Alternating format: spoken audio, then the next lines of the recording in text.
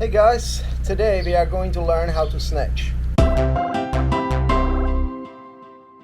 So a couple of weeks ago I've done a video on some kettlebell basics.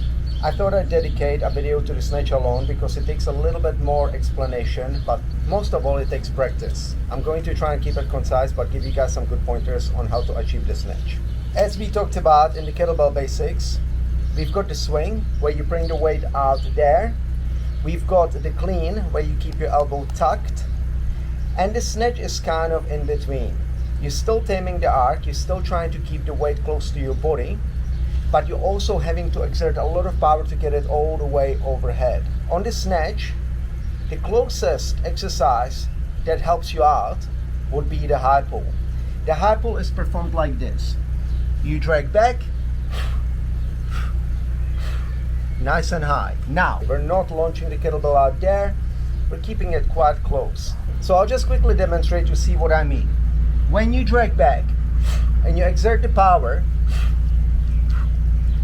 once you get to about head height, it's super easy to just punch through.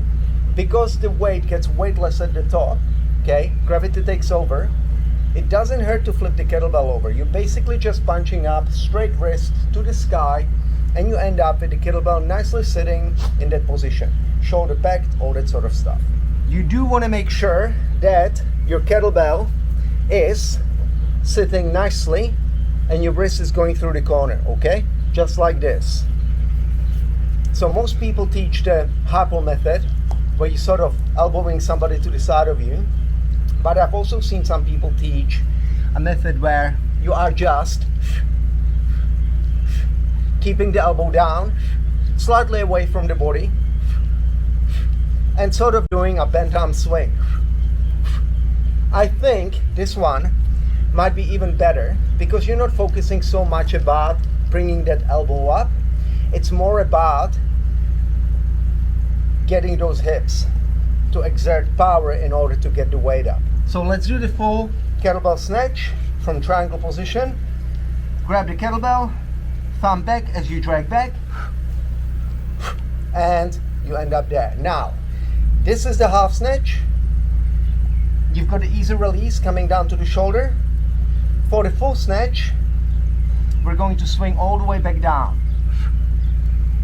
And now,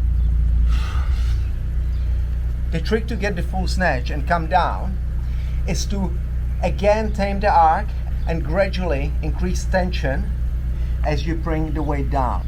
You're moving with the weight through that arc, and at no point are you letting that weight snap. Okay? You don't want it to pull you forward. You want to keep tension from soft to hard as you go through this arc at the bottom. Okay? Once again, triangle position, thumb goes back, and weight ends up here. Again, taming the arc, and thumb coming back. So whenever you are coming out of the snatch and you are bringing the weight down to the floor, just like with a swing or anything else, you want to make sure that you land the weight safely. I always like to talk about it as a runway. If you land your weight like this, you don't want to hurt the passengers on board. However, if you're nice and soft, just like a plane landing, this will be much better. The only way to get the snatch is to practice lots and lots. Don't use a heavy weight. Don't use a weight that's too light because you just end up lifting the weight up. You need a little bit of tension as you're bringing that weight up in order to feel where you need to exert power from, okay? Just remember, main thing is swing back, lots of power through the hips as you pull up, and then we're just punching up to the sky. So lots and lots of practice, guys. Practice those high pulls. Once you're comfortable with controlling the tension, then the rest of the movement becomes no problem. I'll see you guys again next time.